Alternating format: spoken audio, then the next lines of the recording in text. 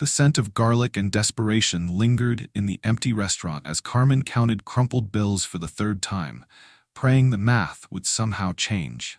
Her fingertips, still sticky from the last table's syrup, smoothed each dollar bill with the careful precision of someone who knew every cent mattered. $23. After 12 hours on her feet, serving demanding customers and dodging Drew's constant criticism, $23. The fluorescent lights hummed overhead as she wiped down the last sticky table at Milano's Bistro, her reflection caught in the darkened windows. At 32, Carmen looked older. Stress had carved lines around her eyes that makeup couldn't hide. Her black sneakers, bought secondhand 6 months ago, had holes she covered with electrical tape. Professional enough to pass inspection, cheap enough to afford. She pulled out her phone, the cracked screen displaying missed calls from Children's Hospital. Her heart clenched. Sophia's physical therapy session was scheduled for tomorrow morning, the one her 7-year-old daughter desperately needed after the car accident that left her right leg weak. The session Carmen couldn't afford. Again. Delgado. Drew's voice cut through her thoughts like glass. Her manager emerged from the office, his polo shirt stretched tight over his gut, clipboard in hand like a weapon. "We need to talk." Carmen's stomach dropped. In 3 years at Milano's, she'd never been late, never called in sick, never caused drama. She'd served rude customers with a smile, covered extra shifts without complaint, and built a reputation as the most reliable server on staff. But the way Drew avoided her eyes told her none of that mattered now. "Corporate's implementing new efficiency standards," he said, not bothering to soften the blow. "We're cutting back on labor costs. Your hours are being reduced to 25 per week, effective immediately." The words hit her like cold water. 25 hours. At $2.13 an hour, plus tips that barely averaged $8 an hour on good days, she was looking at maybe $200 a week.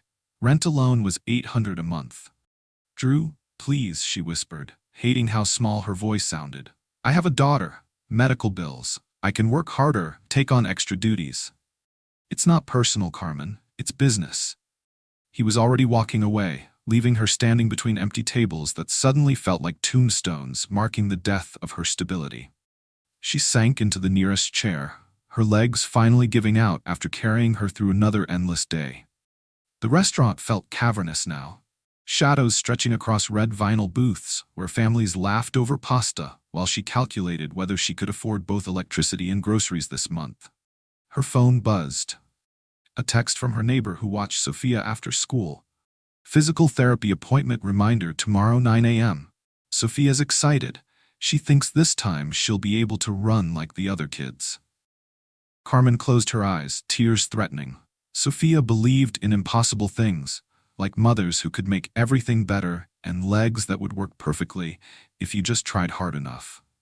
How do you explain to a 7-year-old that sometimes trying isn't enough? That sometimes the world doesn't care how hard you work or how much you sacrifice? The math was simple and devastating. She was one bad shift away from losing everything that mattered. Have you ever felt invisible in a place where you give everything? Let us know in the comments. You're not alone. The bell above Milano's front door chimed softly as a man stepped inside, pausing just past the threshold like someone uncertain of his welcome. Carmen looked up from reorganizing the salt shakers, her movements automatic after years of closing routines. Her first thought was that he'd missed the closed sign, but the lights were still on, and technically they had 10 minutes left. Maximilian Hayes stood in the doorway, his hands buried deep in the pockets of a faded denim jacket that had seen better decades. The fabric was worn thin at the elbows, and a small tear near the left shoulder had been mended with thread that didn't quite match. His jeans, once dark blue, had faded to gray, and his canvas sneakers bore the kind of scuffs that spoke of long walks and tight budgets. Carmen watched him scan the dining room with careful eyes, taking in the red vinyl booths and checkered tablecloths with the hesitant appreciation of someone who rarely ate in places with tablecloths at all. She'd seen that look before. Customers who counted coins before ordering, who asked about portion sizes and free refills. The ones who left small tips not out of cruelness, but because small tips were all they had. What Carmen didn't know was that Maximilian Hayes owned 17 restaurants across 3 states, including the one where she now stood. He'd bought Milano's just 6 weeks ago after receiving concerning reports about employee treatment and customer service standards. He hadn't come here to test anyone. He'd come because the clothes he wore reminded him of who he used to be. Growing up in Detroit, these were the only clothes he'd owned. Even now, with success far beyond his childhood dreams, he kept this outfit as a reminder of where he'd started. But Carmen saw only what her exhausted mind could process. Another customer who looked like he couldn't afford to tip well. Another table that would drain her energy for pocket change. Another risk she couldn't afford to take. Not tonight. Not when Sophia's therapy appointment loomed tomorrow morning like a mountain she couldn't climb. Her feet screamed inside her worn sneakers as she approached him, forcing a professional smile that felt like lifting weights. "Excuse me, sir, but I'm afraid we're about to close," she said, her voice carefully polite. "I think you might be more comfortable at the diner down on Oak Street. They're open all night, and their prices are more—" She paused, searching for words that wouldn't sound harsh. More reasonable. Maximilian's dark eyes met hers, and for a moment something flickered there. Recognition, perhaps, of a conversation he'd had himself decades ago when a restaurant hostess had suggested he'd be happier somewhere else. The familiar sting of being judged by appearance alone settled in his chest like an old wound reopening. "I have money to pay," he said quietly, his voice carrying the calm dignity of someone who'd learned not to let others' assumptions define his worth. "I just want a meal. Whatever you recommend would be fine." Carmen felt something twist inside her stomach. The way he said it, not defensive or angry, just quietly insistent on his right to exist in this space, reminded her of herself. Every time she'd walked into Sophia's private school for a parent conference wearing her Milano's uniform because she couldn't afford to go home and change. Every time she'd felt the judgment of other mothers in their designer clothes and professional blazers. But the $23 in her apron pocket felt heavier than compassion, and the unpaid medical bills in her purse spoke louder than empathy. "I'm sorry," she repeated, gentler this time but no less firm. "I really think you'd prefer the diner. They have great coffee and pie." The hurt that crossed Maximilian's face was brief but unmistakable. He nodded slowly, as if he'd expected nothing different. "I understand," he said, though clearly he didn't understand at all. "Sometimes we judge others because we're afraid of being judged ourselves. Have you ever been there?" The silence stretched between them like a chasm, thick with the weight of unspoken words. From across the dining room, Maria, the hostess, shifted uncomfortably behind her station, her dark eyes darting between Carmen and the stranger. She'd worked at Milano's for 2 years, long enough to recognize the signs of a situation going sideways. "Carmen," Maria whispered, her voice barely audible over the hum of the refrigerator units. "Maybe you should—" "I've got this," Carmen cut her off, her voice sharper than intended. The exhaustion that had been building all day suddenly crystallized into something harder, more defensive. She turned back to Maximilian, her chin lifting slightly. "Like I said, the diner would really be better for what you're looking for." Luis, one of the busboys finishing his cleaning duties, paused mid-wipe on a nearby table. He'd seen Carmen handle difficult customers before. Drunk college kids, impatient businessmen, families with screaming children. But this felt different. There was something brittle in her voice, like glass under pressure. Carmen's mind flashed back to that morning, sitting in her dented Honda outside Children's Hospital. She'd arrived 30 minutes early for Sophia's appointment, watching other families walk through the automatic doors with the confidence of people who belonged there. People whose insurance covered everything. People who didn't have to choose between their child's therapy and keeping the lights on. She'd sat there for 25 minutes, engine off to save gas, rehearsing the words she'd say to the receptionist. "We need to postpone again, the 4th time in 2 months." The look in the woman's eyes, not anger but pity, had been worse than any lecture about the importance of consistent treatment. Sophia had pressed her small face against the car window, watching other children emerge from the building with bright smiles and proud parents. "Mama, when is it my turn?" she'd asked, her voice small and hopeful. Carmen had lied, as she'd been lying for weeks. "Soon, baby, soon."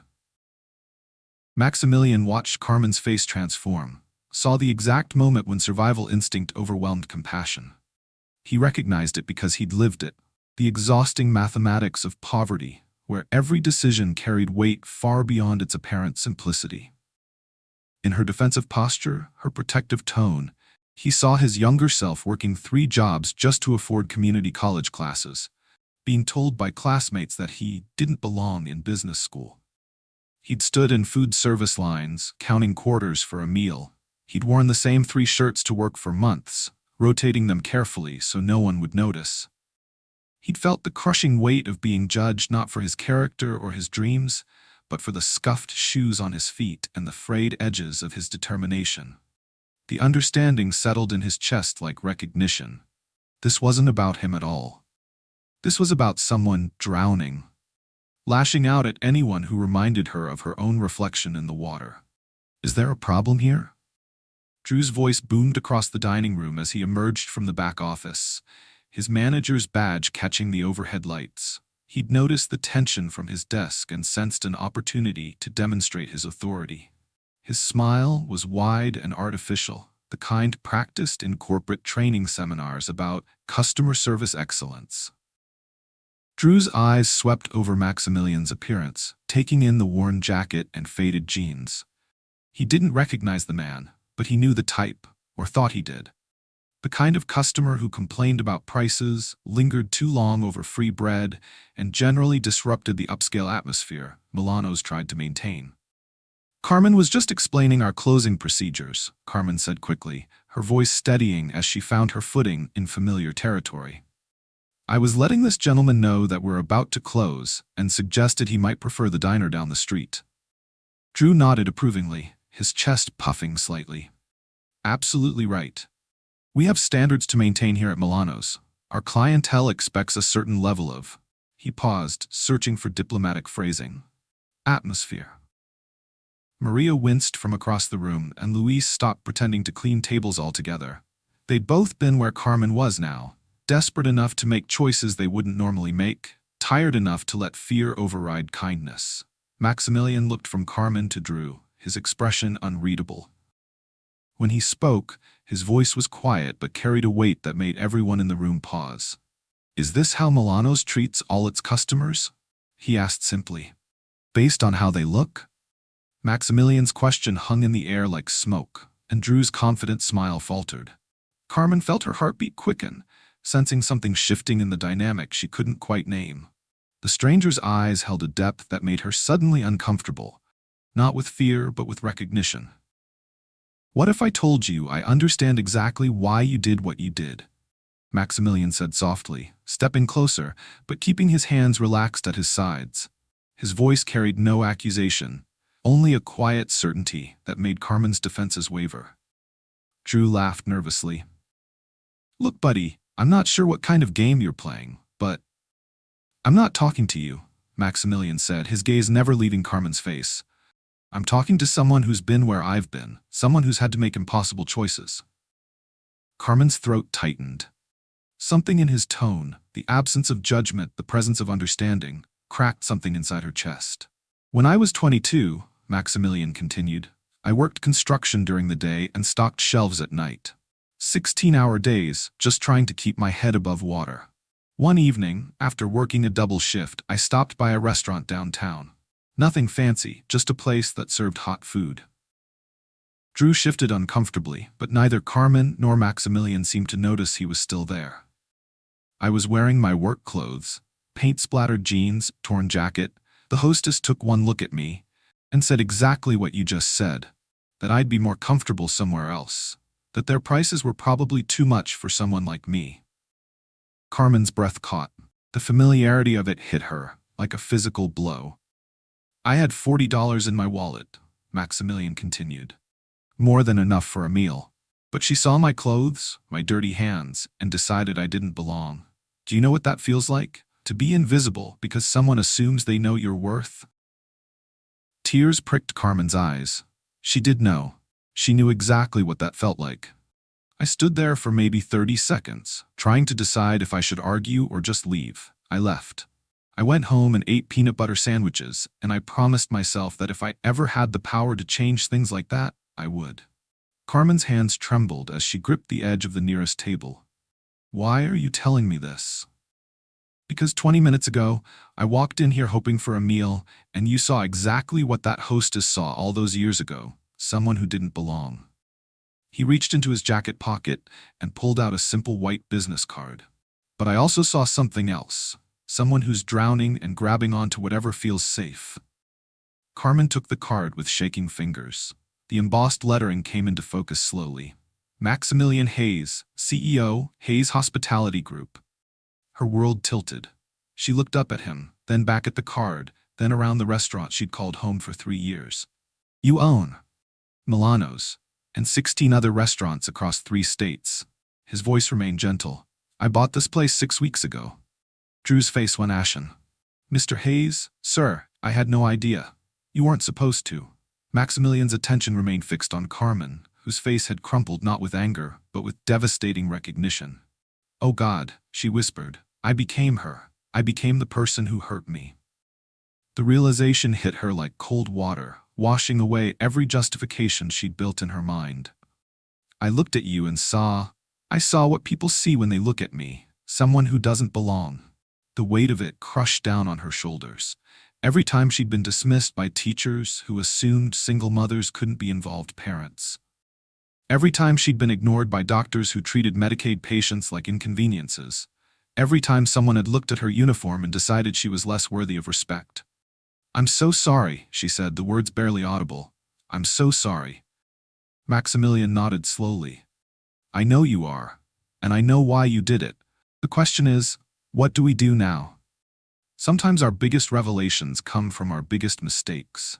Share a time when you learned something hard about yourself. The business card fluttered to the floor as Carmen's composure finally shattered.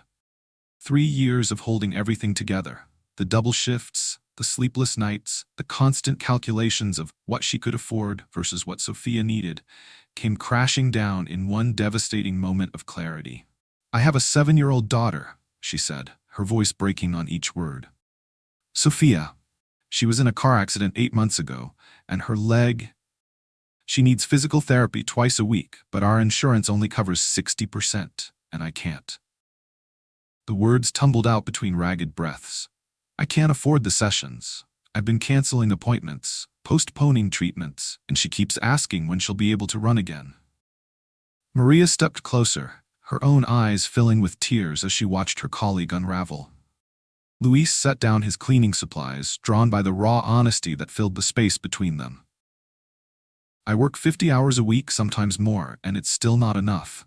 Drew just cut my hours, and I'm one bad shift away from losing everything. When you walked in? Carmen looked up at Maximilian, her face streaked with tears. I saw someone who looked like they might need extra time, might ask for modifications, might not tip well because they're struggling too. And I couldn't afford that risk. Not tonight. She wiped her face with the back of her hand, leaving a streak of mascara across her cheek.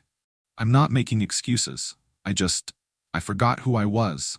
I forgot that I used to be the person standing in your shoes, feeling invisible and unwanted.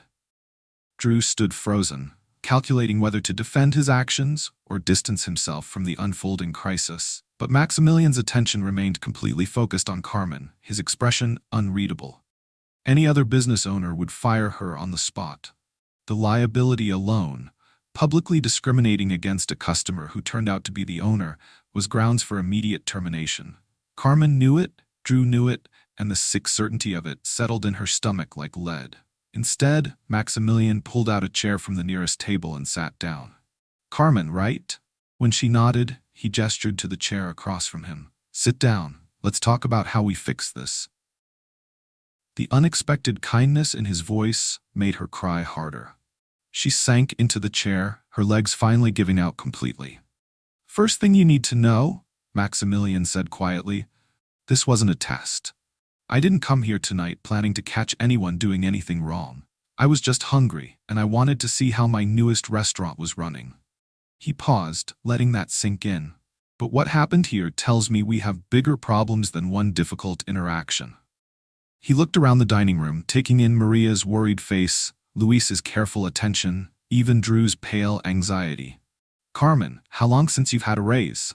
"3 years," she whispered. "Maria, what about you?" The hostess shifted uncomfortably. 2 years. But I'm grateful for the work, Mr. Hayes. I don't want to complain."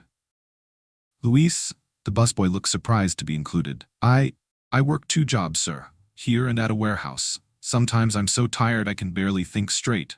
Last week I snapped at a customer because I hadn't slept in 36 hours. He looked down at his hands. It wasn't right, but I was just exhausted. Drew cleared his throat. "Mr. Hayes, I can explain the budget constraints." "Drew."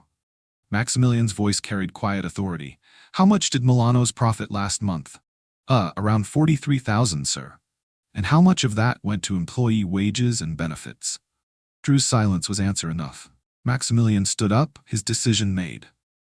"Here's what's going to happen. Effective immediately, everyone gets a 20% raise.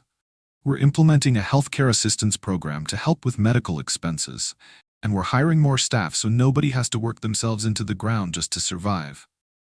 Carmen stared at him in disbelief. "You're not firing me?" "Carmen, you made a mistake. But you made it because you're drowning, not because you're cruel. We're going to change how we do business here, starting with taking care of our people so they can take care of others." He looked around the room at faces filled with cautious hope. "Because here's what I learned tonight. When people are fighting just to survive, they can't give their best to anyone else. We're going to fix that." 3 months later, Carmen stood in Milano's break room, watching Sofia color at the small table Maximilian had installed specifically for employees' children. The new childcare assistance program meant Carmen no longer had to choose between work and being present for her daughter's needs. More importantly, Sofia's physical therapy sessions were fully covered under the expanded healthcare plan, and the progress was remarkable. "Mama, look," Sofia called out, standing up from her chair without using her hands for support.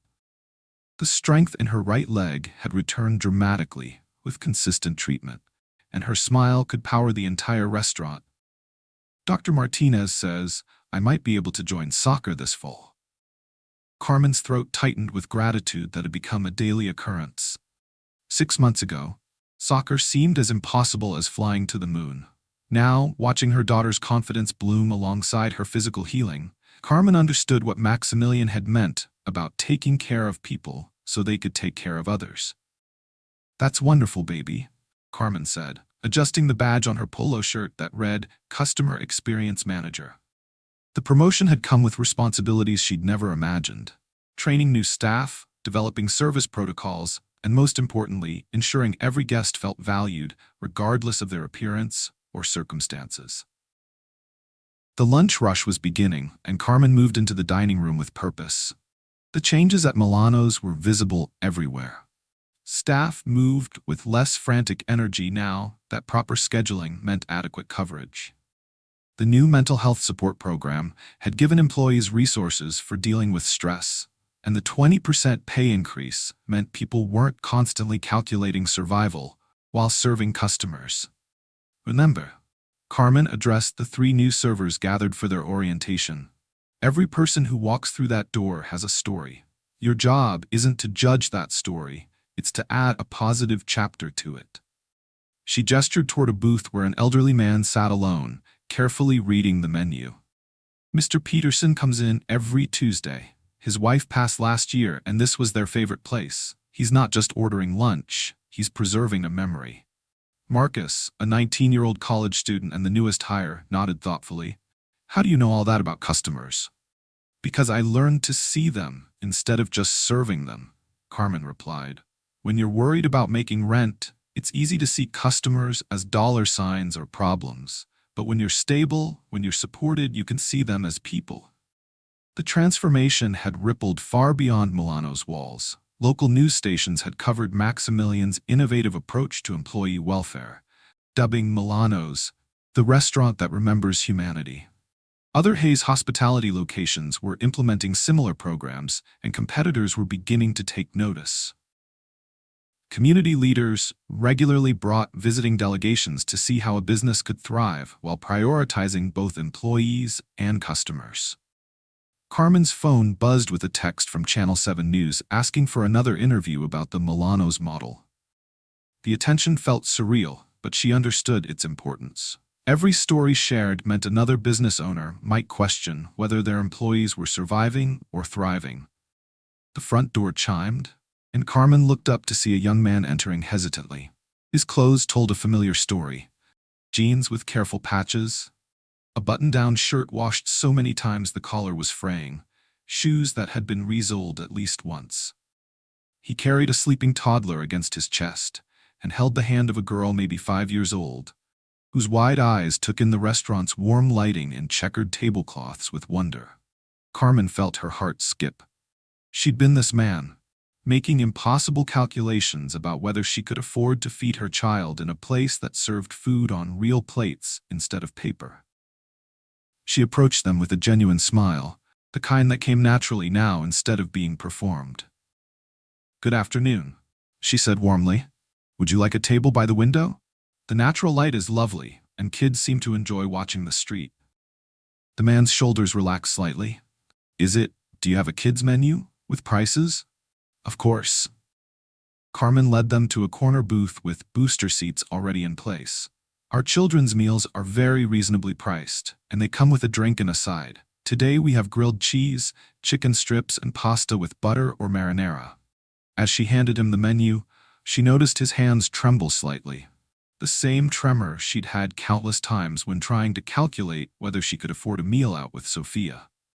Without making it obvious, she leaned closer. "Our kids' meals are actually quite generous," she said quietly. "Usually enough for an adult to share if needed, and refills on drinks are always complimentary." Relief flooded his face, and Carmen knew she'd communicated what she'd intended. "You belong here. Your children deserve this. You don't have to choose between dignity and necessity." 20 minutes later, watching the little girl giggle over her grilled cheese while her father relaxed enough to actually taste his coffee, Carmen felt the full weight of the transformation. Not just hers, not just Milano's, but the simple power of treating people like they matter. Her past self would have seen potential problems. Her present self saw a family making memories. 6 months after that transformative evening, Milano's had a waiting list that stretched 2 weeks out, not because of their famous garlic bread or signature pasta, but because word had spread about something rarer than excellent cuisine, a place where people felt genuinely seen. Carmen sat in the corporate training room, watching restaurant managers from across the country take notes as she and Maximilian presented their Dignity First program. What had started as one difficult conversation had evolved into an industry-changing initiative, now implemented in over 200 restaurants nationwide. The foundation of exceptional service, Carmen explained to the attentive audience, isn't efficiency or upselling, it's recognizing the humanity in every interaction. When employees feel valued and supported, that energy transfers directly to customer experience. Maximilian nodded from his seat nearby. The program had exceeded every expectation, not just in customer satisfaction scores, but in employee retention, community engagement, and yes, profitability. Restaurants implementing Dignity First protocols saw average revenue increases of 32%, proving that compassion and business success weren't mutually exclusive. After the presentation, Carmen rushed to Children's Hospital for Sophia's final evaluation. 6 months of consistent therapy, fully covered by Milano's expanded healthcare program, had transformed her daughter's mobility completely. Dr. Martinez emerged from the examination room with a smile that said everything. "She's cleared for all activities," he announced. "Soccer, running, jumping, whatever she wants to try."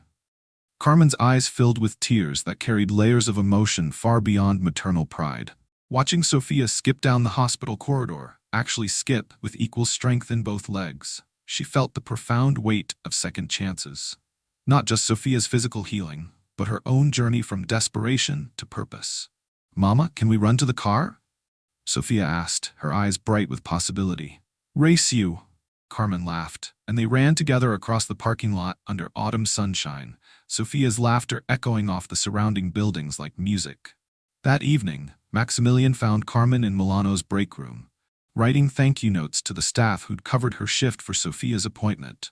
How did it go? He asked, though her smile had already given him the answer. She's completely healed, Carmen said, her voice thick with gratitude. Dr. Martinez says there's no lasting damage. She can do anything she wants now. Maximilian settled into the chair across from her, his own eyes reflecting the satisfaction of watching lives transform. You know, I've been thinking about that night 6 months ago. I went in to check on business operations. I left understanding that the heart of any business is how we treat people when we think no one is watching.